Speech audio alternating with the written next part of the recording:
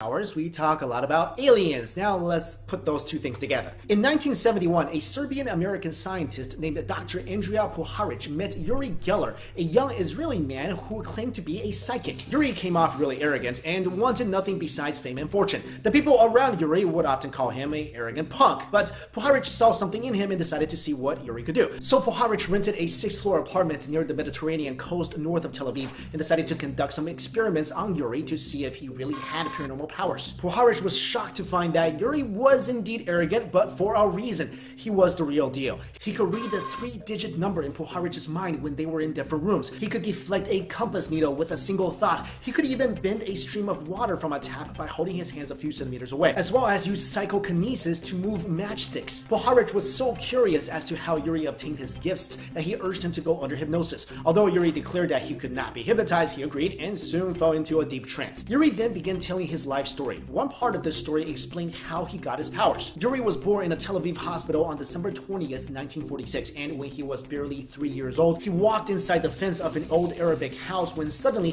he felt something above him, and when he looked up, he saw a ball of light hanging above him. It drifted towards the ground, and suddenly Uri was hit with a beam of light. He described it as a large shining bowl from which a faceless figure appeared. The figure raised its arms, and suddenly Uri was hit with a ray of light on his forehead and was knocked back. He said that the moment he was struck by the beam of light was the moment his powers were activated. Basically, what Uri is trying to say is that a UFO gave him superpowers. Uri's story received even more merit when 35 years later, someone claimed to have witnessed the entire event. A retired Israeli Reserve Air Force Captain Yaakov Avrahami contacted Uri to tell him that he was walking to the bus stop on that same street on Christmas Day 1949 when he said that he saw a strong light in the sky and then saw a small child coming out of a building dressed in a white shirt and black trousers. Uri was moved by the accuracy of the information because white shirt and black trousers was how his mother always dressed him. When Uri got a bit older and was sent to school, he never worked hard but always got high marks, raising the suspicion and curiosity of his teachers. His exam papers were almost the exact same as some of the top students, errors and all. He was accused of cheating many times and admitted that he could look at the back of a classmate's head and see what they were writing. He said the words appeared as if on a TV screen in his mind. According to his teacher Joy Filippo, he also had a talent on the basketball court because apparently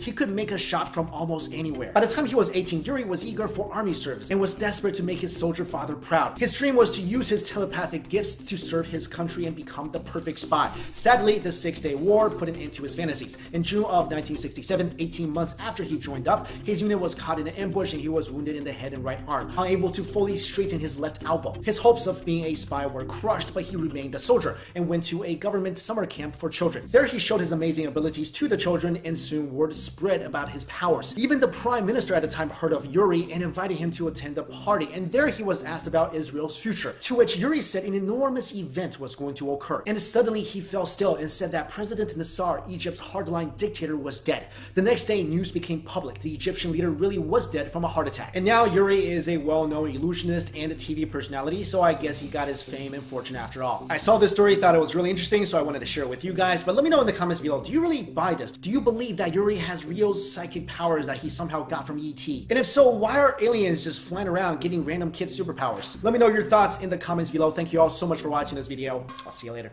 Hey guys, what's up? It's Mikey Chen. On this channel, we talk a lot about superpowers. We talk a lot about aliens. Now let's put those two things together. In 1971, a Serbian-American scientist named Dr. Andrija Puharic met Uri Geller, a young Israeli man who claimed to be a psychic. Uri came off really arrogant and wanted nothing besides fame and fortune. The people around Uri would often call him an arrogant punk, but Puharic saw something in him and decided to see what Uri could do. So Puharic rented a 6th-floor apartment near the Mediterranean coast north of Tel Aviv and decided to